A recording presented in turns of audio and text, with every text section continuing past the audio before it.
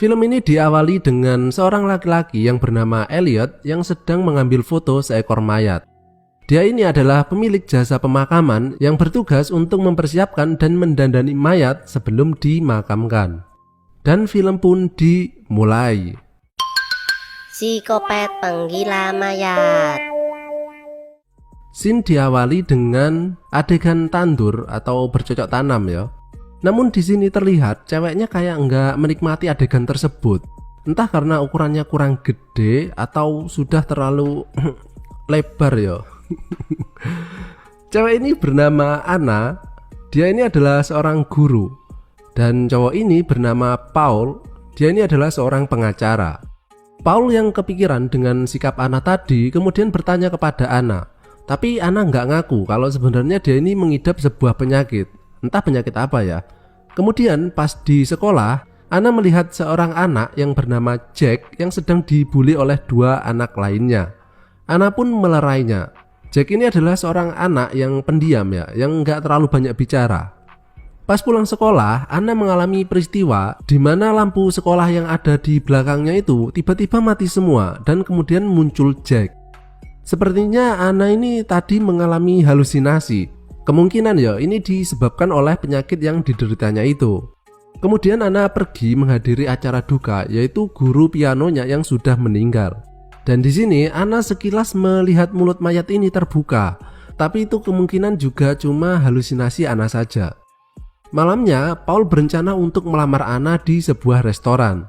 Tapi karena Anna ini sudah banyak pikiran ya, dan Paul yang juga salah merangkai kata justru membuat Anna berpikir kalau sebenarnya Paul ini ingin memutuskannya. Anna pun marah-marah dan kemudian pergi meninggalkan tempat tersebut dengan mobil. Namun di tengah perjalanan, Anna yang sibuk dengan HP-nya akhirnya mengalami kecelakaan. Kemudian Anna kini sudah ada di sebuah ruang jenazah bareng Elliot tadi yang kini sudah bersiap-siap untuk memreteli baju Anna. Tapi pas Elliot mau menggunting baju dalam Anna, tiba-tiba mata Anna terbuka. Tapi dia nggak bisa bergerak maupun merasakan tubuhnya. Anna kemudian bertanya, di mana dan apa yang sudah terjadi kepadanya. Elliot mengatakan bahwa Anna sudah mati. Anna tentu saja nggak percaya. Kemudian Elliot menunjukkan surat keterangan dokter yang menyatakan bahwa dia sudah mati karena kecelakaan. Dan kemudian Elliot menyuntik Anna dengan suatu cairan yang katanya berfungsi untuk melemaskan otot yang sudah mati, dan Anna pun kembali tidak bergerak. Paul yang belum tahu tentang kecelakaan Anna barusan berusaha mencari Anna untuk meminta maaf kepada Anna. Dan dia baru tahu berita tersebut ketika diberitahu oleh ibu Anna. Paul pun terlihat syok ya mendengar berita tersebut. Dan dia langsung menuju ke tempat Elliot untuk melihat tubuh Anna. Namun sesampainya di sana, Elliot melarang Paul untuk melihat mayat Anna dengan alasan dia bukanlah anggota keluarga Anna. Anna yang terbangun kemudian langsung menuju ke telepon, namun telepon tersebut tidak bisa berfungsi. Dan Anna yang mendengar suara Paul di luar kemudian berusaha berteriak, namun Paul tidak bisa mendengarnya dan kemudian dia pergi. Elliot pun masuk kembali ke ruangan Anna. Di sana Anna memelas dan bertanya kenapa dia melakukan ini semua kepada Anna.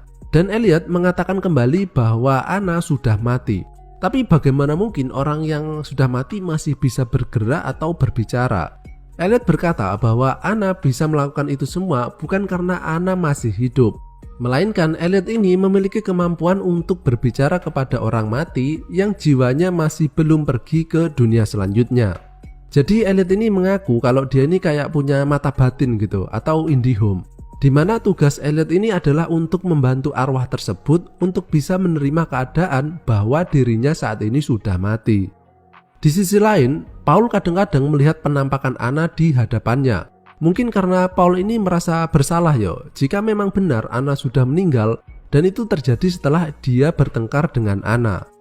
Anna yang berjalan sempoyongan masih belum bisa menerima keadaan dirinya sudah mati dan kemudian mengambil sebuah gunting. Beberapa saat kemudian, Elliot masuk ke dalam ruangan Anna. Anna yang sudah bersiap dengan gunting di tangannya berusaha menusuk Elliot tapi nggak kena. Dia langsung berlari menuju pintu, tapi sayangnya pintu itu dikunci. Elliot pun mendekatinya dan berkata bahwa dia hanya ingin menolong Anna melewati masa transisi menuju dunia selanjutnya. Elliot pun mempersilahkan Anna untuk menusuknya jika memang itu yang diinginkannya. Tapi karena Anna ini bukan pembunuh ya, jadi nggak mungkin dilakukannya. Anna bilang bahwa dia cuma pengen keluar dari tempat ini. Dan Elliot pun membentaknya dan mengatakan agar Anna cepat menerima takdirnya bahwa dia ini sudah mati karena waktunya tinggal 2 hari lagi sebelum ia dimakamkan. Anna pun kembali tertidur di ruangan tersebut. Kemudian dia bermimpi bertemu dengan nenek yang menyeramkan dan juga bocil yang menyeramkan.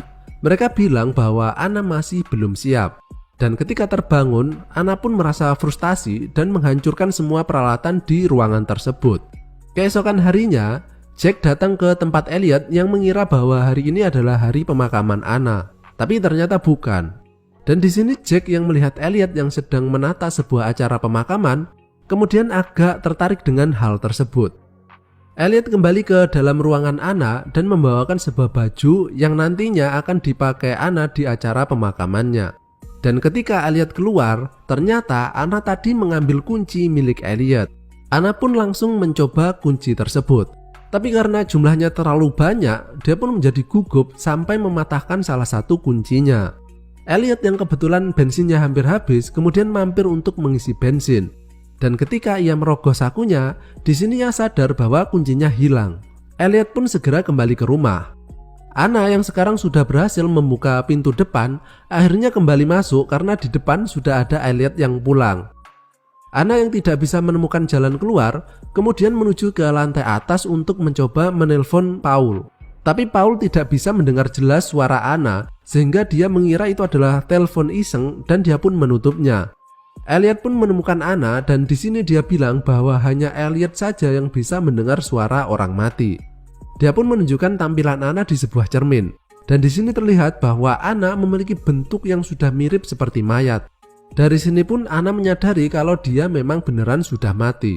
Atau setidaknya Elliot ingin Anna berpikir seperti itu. Karena di sini ternyata hembusan nafas Anna menimbulkan embun di cermin tersebut. Yang artinya Anna ini sebenarnya masih hidup. Dan Elliot ini bukanlah seorang yang memiliki mata batin, melainkan seorang psikopat yang memanipulasi pikiran orang lain agar dia percaya bahwa dirinya sudah mati. Elliot pun langsung menghapusnya sehingga Anna tidak sadar akan hal itu. Tapi di luar ternyata ada Jack yang tidak sengaja melihat Anna yang sedang berdiri di dekat jendela.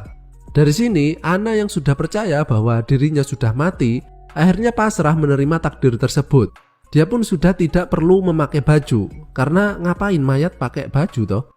Elliot pun dengan leluasa bisa menyuntikkan cairan injeksinya karena Anna ini sekarang sudah menjadi penurut ya. Keesokan harinya, Jack yang bertemu Paul di sekolah memberitahukan bahwa dia kemarin malam melihat sosok Anna yang tengah berdiri di tempat Elliot. Jack pun meminta Paul untuk mengeceknya. Tapi Paul yang sudah banyak pikiran justru marah dan menampar Jack. Jack kemudian pergi ke tempat Elliot yang sedang menata acara pemakaman lagi. Di sini Elliot melihat Jack yang sepertinya memiliki rasa empati kepada orang mati. Kemudian Elliot pun mulai mempengaruhi otak Jack. Paul yang kini mulai lagi memikirkan kata-kata Jack tadi, dia pun pergi ke tempat Elliot untuk mencari tahu kebenaran dari ucapan Jack. Dan Paul yang dilarang oleh Elliot pun tetap menerobos masuk hingga sampai di depan pintu di mana Anna berada. Paul menggedor-gedor pintunya, namun Anna di sini justru diam dan nggak bersuara. Karena dia berpikir percuma saja, kan dia sudah mati toh, jadi Paul juga nggak mungkin bisa melihatnya. Paul tidak menyerah, dia meminta tolong temannya yang seorang polisi untuk memeriksa tempat tersebut.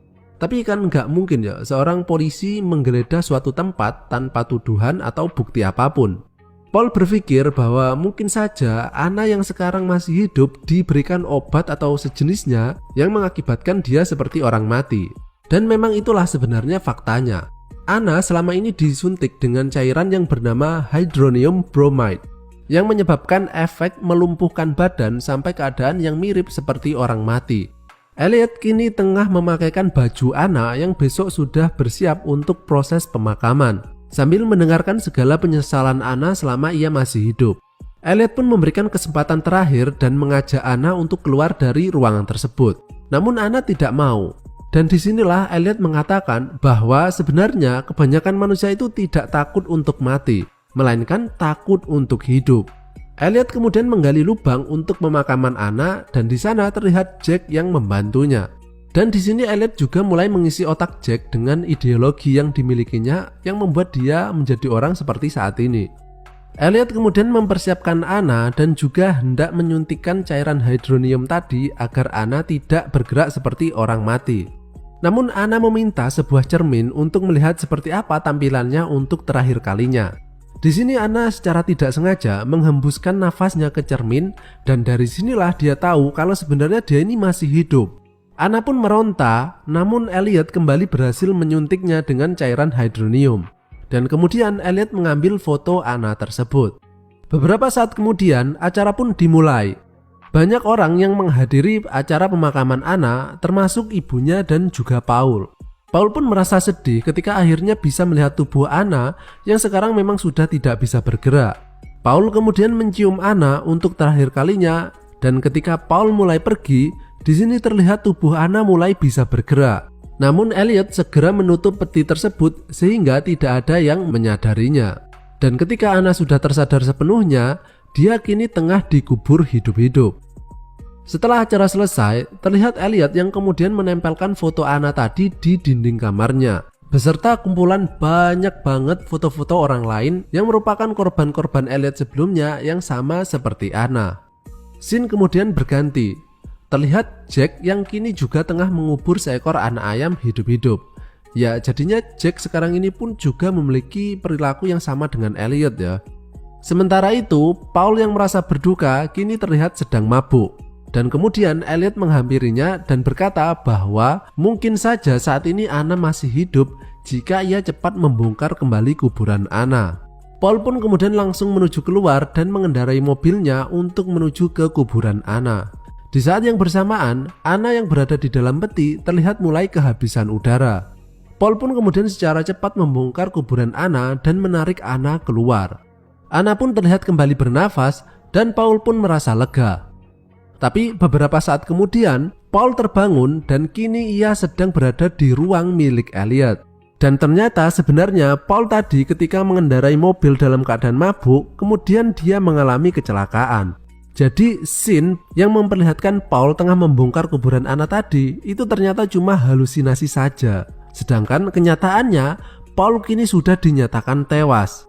Dan keadaan pun kembali seperti keadaan Anna di awal film tadi. Dan film pun berakhir.